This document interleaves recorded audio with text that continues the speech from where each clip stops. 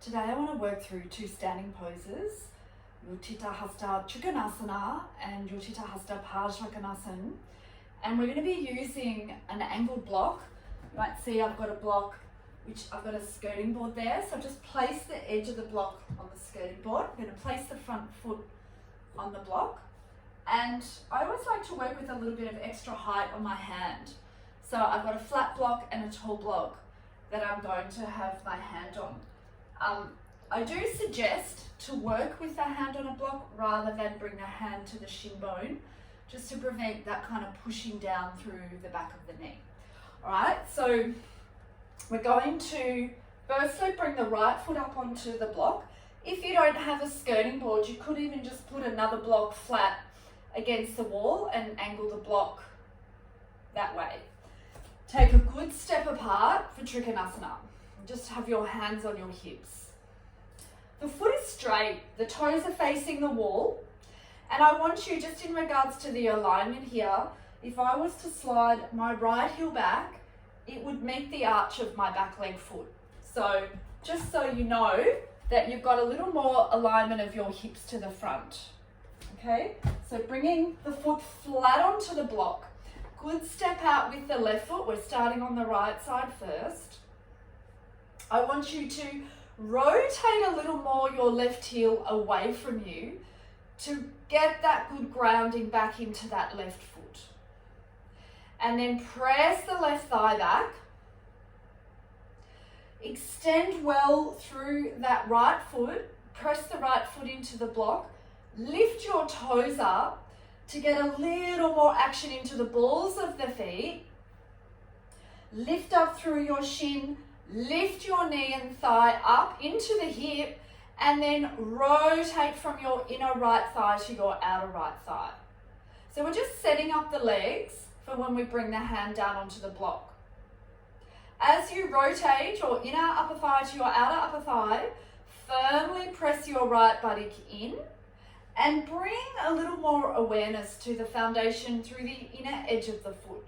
The right big toe, the right inner heel is pressing as the right buttock flesh is also pressing in firm. Extend out through your arms. Keep pressing and extending into the back leg foot. Hold the outer left hip in and reaching out and down to bring your hand onto that block behind the right mid-calf. Have it aligned to the mid-calf. Have it close in. And you can also see where I've aligned from my hand to my shoulder. Raise the left arm up. Now, having the foot angled in this way gives you better feedback of your femur bone into your hip. You might notice also you get more that stretch in the back of that right leg. You feel the stretch on the inner right leg a little more readily. So that access from the foot into the hip is more readily available to you with this setup. Now keep extending and grounding into the back foot, and as you drive your right thigh bone into the hip, press your outer left hip in more to open the left chest, raise your head, look up to your left hand. Just stay with your normal inhalation and your normal exhalation. Press your right hand down into the block. And as much as you press your right buttock in, also press the right shoulder blade into the back to further open the left chest to that left hand. Lengthen your sternum forward, drive the shoulder blades down the back. And then mindfully pressing down through your feet, lifting up through your left arm to come up, hands on your hips. And let's go to the other side. So I'm going to show you this time with the left leg on the block, but I'm going to show you from behind just to bring a little more emphasis into what's happening in the back of the body here. So let's bring the left foot up onto that angled block. Again, good stepping out. You know, I've got an ideal position here where I've got a corner, because for balance, I could have my fingers on the wall just to maintain the balance, especially with this foot angled up in this way. Good extension into the back leg foot. overly turn a little more your right heel out so you can firmly plant and extend into the back leg foot. And again, your hands are on your hips. You want to press your outer right hip in. And then extending into that left foot to the block, lift the toes up off the block. Press the balls of the feet more and find that ascending energy, the shin, the knee, and the left thigh bone into the hip. And then go to rotate from your inner left thigh out. Press your left buttock flesh, so you're pressing it firmly in towards the hip, which allows the opening to come in that left groin. And as you press your left buttock flesh in, keep extending and pressing through the inner arch of your foot. Extend out through your arms. Keep holding that outer right hip as you reach out. Again, you're positioning the blocks. So you can see from behind, my hand is in line with my shoulder. And you can see where I have the blocks aligned at that mid-outer calf region. And then raise your right arm up. Keep holding the right hip. Go on firming the left buttock flesh in as you keep rotating from your inner left thigh to your outer left thigh. The angle of the foot, again, is to promote that feedback. As you descend down through the left foot, draw the left thigh bone up into the hip to further secure that left buttock in. And then press the left shoulder blade into the back as you open the right chest back. Raise your right arm up, look up to the fingertips. Just allowing your breath.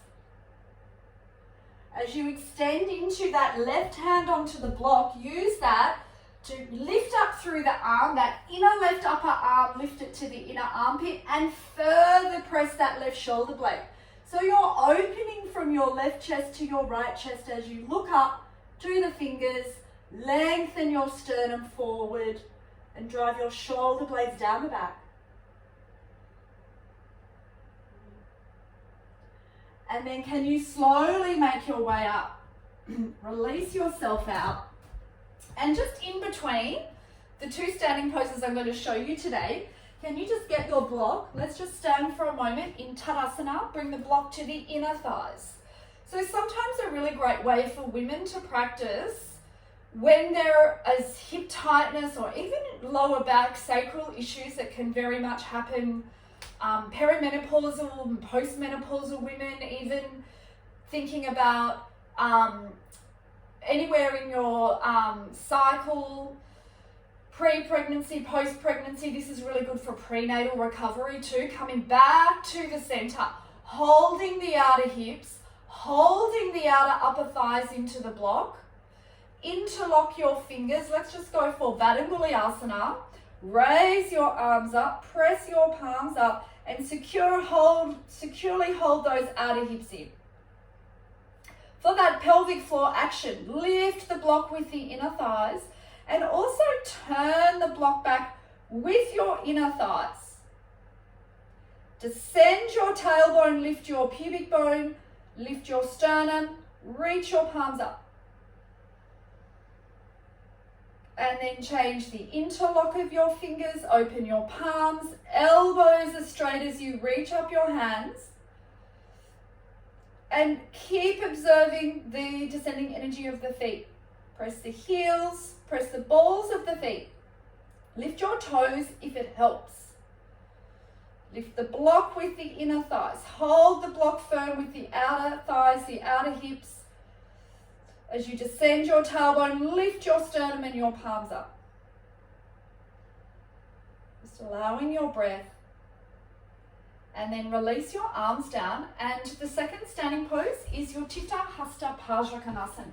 I'm going to work with exactly the same support, same height under my right hand and the angled block for the right foot. So again, step the right foot up. Good extension and stepping into that back leg foot. You might want to go a little bit longer so we get a good 90-degree angle when we bend this right leg. Hands are on your hips.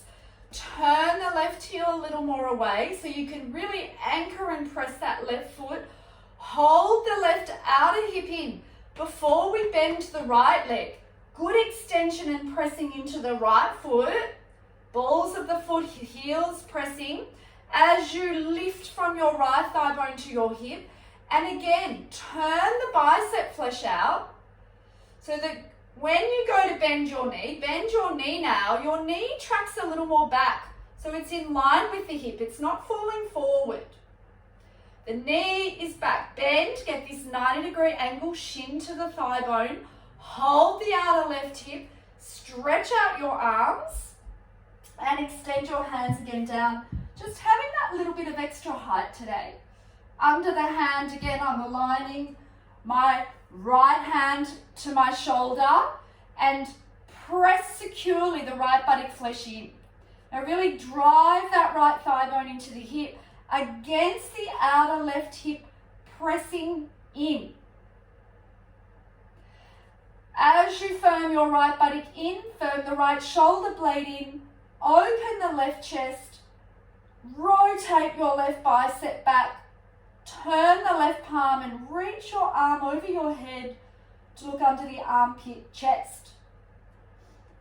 Watching where you can go to lose the bend and 90-degree angle of that front leg. Keep bending the knee, hold the buttock, hold the shoulder blade on the right side, turn the left chest, turn the left bicep to look up. Again, just allowing your breath. And then raising the arm up, slowly coming up, straightening the leg. And let's do this to the left side. Again, I'm going to show you from behind so you can see. So left foot is up on the block. Good step out into the right foot. Again, where you can rotate the right heel out. You want to hold the right outer hip in. Bend your left leg. Really descend into that left thigh crease. And, we didn't do it on this side, but where you mindfully observe that rotation from the inner left thigh, if your knee tends to track forward and hip forward, which is just tightness in your hip, come up to straight, descend the left foot and turn the left inner thigh flesh out to then bend the knee. So from that inner left knee, extend to the wall. Hold firm your left buttock. Hold firm your outer right hip. Stretch out your arms. Descend the shoulders. Reach your arms and then again come down where again the block is right up against that mid-outer calf. The hand is in line with the shoulder on that left side. Press the left buttock flesh in. Press the left shoulder blade in. As you open your right chest back, raise your arm. Keep extending the back edge of the right foot. Keep holding the right hip. Turn the chest. Turn your bicep back. Turn your palm to face the wall and reach your arm over your ear. Maybe the fingertips can extend to the wall here. The more you hold the left buttock in, drive that thigh bone to the hip on the left side.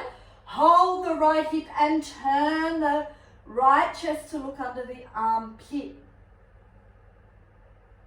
Just allowing your breath, lengthen your sternum.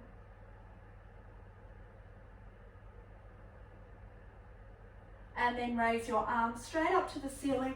Slowly come up. Release yourself off the block. And just one last time, just to finish off from these two poses, come into Tadasana, block in between the thighs, coming back to that neutral hip place where you're holding the outer hips, you're pressing the outer thigh. Like I said, this is so good for postnatal recovery, perimenopause, postmenopause, hip back issues, coming back to this central place, especially in those lateral standing poses. And you're turning the block back with the inner thighs. Lift the block back with the inner thighs. This time, let's just go for Urdhva Hastasana. Extend your arms forward. Raise your arms up. Hold the outer hips, outer thighs. Lift the block up. Lift your pubic bone and your sternum and your arms, hands up. Your mid buttock is pressing in. Your front thighs are firm to the bone as you ascend your front body, your front spine. And then release your arms out. You can release the block. You might just like to stand there for a moment.